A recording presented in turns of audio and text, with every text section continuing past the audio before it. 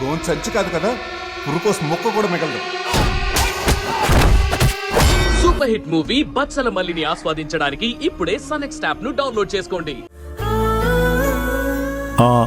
అక్కడ నా ఫ్రెండు రాజశేఖర్ ఉన్నాడు. మీరొక పని చేయండి, గుడి చుట్టూ ప్రదక్షిణ చేసిరండి. నేను నా ఫ్రెండ్తో మాట్లాడొస్తాను. ఏంటి ప్రదక్షిణరా, వెళ్ళి ప్రదక్షిణ చేసిరండి. ఓ మేమిద్దరం, మరి మీరు? నేను నా ఫ్రెండ్ని కలిసి వస్తాను. వెళ్ళరా, వెళ్ళు. Okay daddy.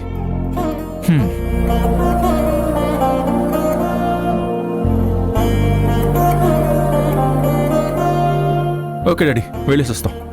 పద.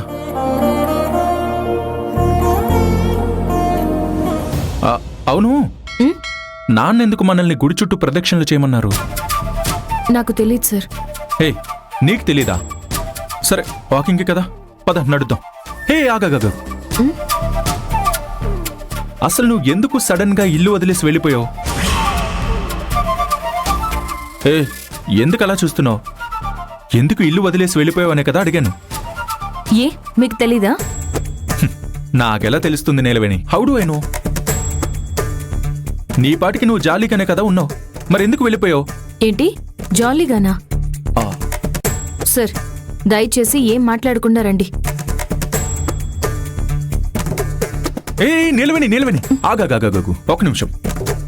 ఏదైనా సరే కాస్త ఫ్రీగా మాట్లాడొచ్చు కదా, ఓపెన్ గా మాట్లాడదాం. కమాన్ టెల్ మీ నిలవేణి. సార్, చెప్పాలంటే నాకు పెద్ద ప్రమాదమే జరిగింది. నన్ను కిడ్నాప్ చేసి కారు డిక్కీలో బంధించి ఉంచారు. ఇంకొద్దిసేపు ఉన్నట్టయితే నేను చచ్చిపోయేదాన్ని. కానీ మీకేమీ పట్టనట్టు జాలీగా పార్క్ వచ్చినట్టు మాట్లాడు అని అంటున్నారు. అయ్యో, అలా ఏం కాదు. దాని గురించి అడుగుతుంటే నువ్వేమీ చెప్పడం లేదు కదా. నేనేం చేయాలి చెప్పు? ఎందుకు నువ్వు ఇల్లు వదిలి వెళ్ళావని తెలిస్తేనే కదా అవన్నీ నేను సాల్వ్ చేయగలను. మీ వల్లే సార్ నేను ఇల్లు వదిలి వెళ్ళిపోయాను. నా వల్ల? ఏం మాట్లాడుతున్నావు నువ్వు? నిజంగా నా వల్ల నువ్వు వెళ్ళావా? ఇల్లు వదిలి వెళ్ళిపోవడం మాత్రమే కాదు, ఆ ఇంటి లోపలికి వచ్చిందే మీ వల్ల. ఏయ్ ఆగదు, నిలవేణి,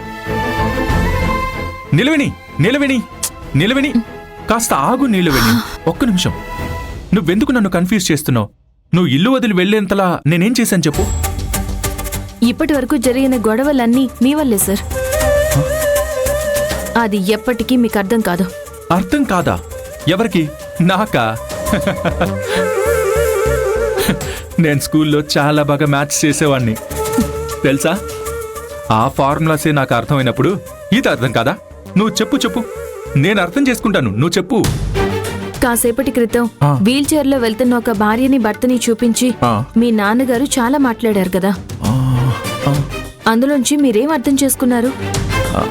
అందులోంచి ఏం అర్థం చేసుకున్నాను? ఆయన చాలా మాట్లాడారు, చాలా ఫిలాసఫీ చెప్పారు. నువ్వు దేని గురించి అడుగుతున్నావు? ఇతరుల మనసుని, అభిప్రాయాల్ని గౌరవించాలని చెప్పారు. Yes, that is good point. No, మంచి పాయింటే కదా. Actually we should value others emotions also. అవును, ఇప్పుడు అందులో ఏంటి ప్రాబ్లం? ఆ విషయం మీలో కొంచెమైనా ఉందా అని ఒక్కసారి ఆలోచించండి. ఆ విషయం నాలో? ఎందుకు మళ్ళీ నన్ను కన్ఫ్యూజ్ చేస్తున్నావు? మొదట్లోనే నేను అడిగాను కదా, ఇప్పుడు నేనేం మర్చిపోయాను చూడు. అవును, ఏ క్వశ్చన్ అడిగావు నువ్వు? ఏమడిగావు? నిలవని ఆగు. అవును, ఏమడిగింది తను? మొత్తం మర్చిపోయానే. నిలవని. రే రాజశేఖర్. అరే మహేంద్ర, ఎలా ఉన్నావు? నేను బాగున్నాను, నువ్వెలా ఉన్నావు? సారీ మహేంద్ర, ఢిల్లీలో ఒక ముఖ్యమైన కేసు, అందుకే నీ కొడుకు పెళ్లికి రాలేకపోయాను. మొత్తానికి నీ కొడుకు పెళ్లి చేసేసావు, సంతోషం. నేనెక్కడ చేశాను? వాడే సడన్ గా ఒక అమ్మాయి మెళ్ళలో తాళి కట్టేశాడు. అవునా? అవును, నీ పిల్లలకు పెళ్లిళ్ళయ్యాయా? నాకు ఒకే ఒక కూతురు, యూకేలో లా చదువుతుంది. ఇండియాకి వచ్చేటప్పుడు తెలుస్తుంది, ఒక్కతే వస్తుందో లేదా ఎవరినైనా తెల్లోని తీసుకుని వస్తుందో. ఇప్పుడు కాలం అలా ఉంది మహేంద్ర, ఏదైనా మనమే అడ్జస్ట్ చేసుకుని వెళ్ళాలి. అప్పుడే పేరెంట్స్గా మనకి మర్యాద, గౌరవము. నువ్వు చెప్పింది నిజమే, ఇప్పుడు కాలం అలానే ఉంది. సరే, నా మిత్రుడిగా నా సమస్య విను.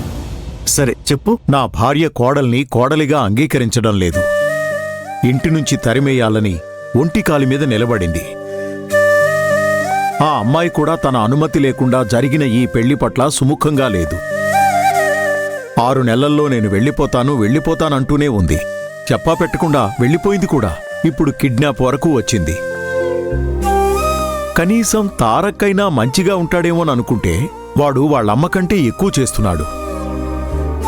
వాళ్ళమ్మను ఏడిపించడానికి ఆ అమ్మాయి మెళ్ళలో తాలి కట్టాడు. నీలవేణిని తన భార్యగా చూసుకోవడం కాని, తనతో ప్రేమగా నడుచుకోవడం గాని చేయడం లేదు. నాకేం చేయాలో అర్థం కావడం లేదు.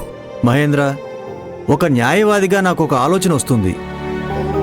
ఇది కొంచెం ఇబ్బందిగానే ఉంటుంది, కానీ నీ సమస్యకు అదే పరిష్కారమని నాకు అనిపిస్తుంది. చెప్పు రాజశేఖర్, ఏదైనా పర్వాలేదు చెప్పు.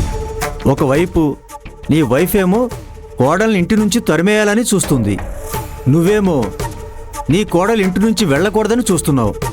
ముందు దీనికి ఒక లాకు పెట్టాలి, కరెక్టేనా? అవును. ఆ అమ్మాయి ఇక్కడే ఉండేటట్టు చేయగలిగితే కాలం గడిచే కొద్దీ భార్యాభర్తల మధ్య ఏదో ఒకరోజు ప్రేమ పుడుతుంది కదా. ఎస్, నేను చెప్పేది విను. ఎలాగైనా నీ కోడలు ఇక్కడే ఉండాలి కదా. దానికున్న ఒకే ఒక్క దారి, నువ్వు ఈ పెళ్లిని చట్ట ప్రకారం రిజిస్టర్ చేయించాలి. అదీ కరెక్టే. నువ్వు రిజిస్టర్ చేయలేదనుకో, సడన్ గా ఏదో ఒక రోజు నీ భార్య నీకే తెలియకుండా కోడల్ని పంపించేయచ్చు, లేదా ఆ అమ్మాయే మళ్ళీ వెళ్ళిపోవచ్చు. రిజిస్టర్ చేసేస్తే చట్ట ప్రకారం అన్ని చట్ట పరిధిలోకి వచ్చేస్తాయి. అప్పుడు లీగల్గా ఎవ్వరూ ఏమీ చేయలేరు. అన్నిటికీ మించి తారక్కి లీగల్గా మరో పెళ్లి చేయలేరు. రాజశేఖర్, సూపర్ ఐడియా ఇచ్చావు. ఎంత త్వరగా వీలైతే అంత త్వరగా ఈ పని చేస్తాను. త్వరగా చేసే, మిగతావన్నీ పెద్దగా పట్టించుకోవద్దు. రోజులు గడిచే కొద్దీ వాటంతట అవే సెట్ అయిపోతాయి. నిజంగా నీతో మాట్లాడిన తర్వాత కాస్త ధైర్యంగా ఉంది రాజశేఖర్. అవును, నీది అదే నెంబర్ కదా? అవును మహేంద్ర, అదే నెంబర్. సరే, నేను నీకు కాల్ చేస్తాను. సరే మహేంద్ర. అవును, ఇప్పుడు ఎక్కడ ప్రాక్టీస్ చేస్తున్నావు? హైకోర్టులోనా లేక నాంపల్లి కోర్టులోనా? Family court. హో, డివోర్స్ కేసులు చూస్తున్నావా నువ్వు? వాటికిప్పుడు చాలా చాలా డిమాండు. ఒకసారి వచ్చి చూడు కోర్టు దగ్గర క్రౌడ్ ఎలా ఉంటుందో. సరే, నేను బయలుదేరతాను. ఓకే రాజశేఖర్, ఓకే, కలుద్దాం. ఉంటాను.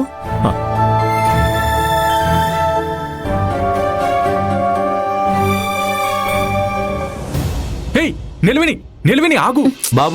బాబు ఒక్క నిమిషం. మా ఇద్దరిని కలిపి ఒక ఫోటో తీస్తారా ప్లీజ్? Sure, why not. ఇదిగో బాబు.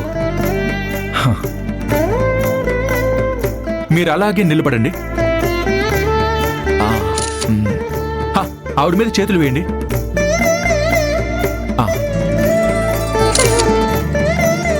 కొంచెం క్లోజ్గా నించోండి.